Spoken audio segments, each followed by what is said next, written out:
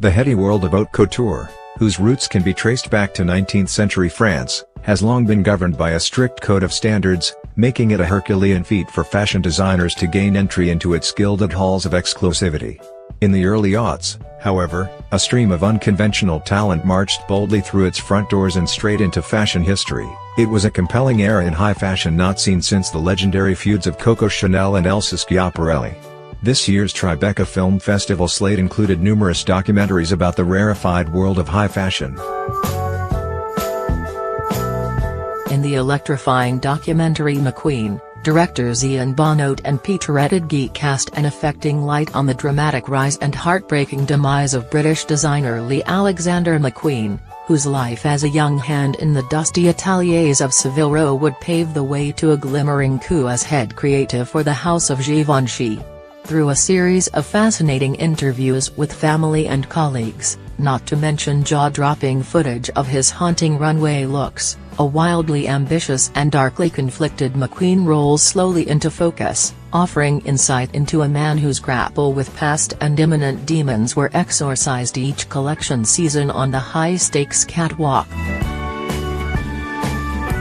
In stark contrast, New Zealand filmmaker Pietra Bradley documents the steely optimism of Chinese designer Guo Pei in her pursuit of a highly coveted membership in the Chambre Syndicale de la Haute Couture in The Exquisitely Shot Yellow is Forbidden. With cinematic close-ups of the couturier's painstaking embroidery work and her flawlessly executed fashion show in Paris's historic Conciergerie, one gets the clear sense that Pei's brilliant dedication to an endangered craft and grounded sense of cultural identity will ensure her place in the prestigious vaults of high fashion.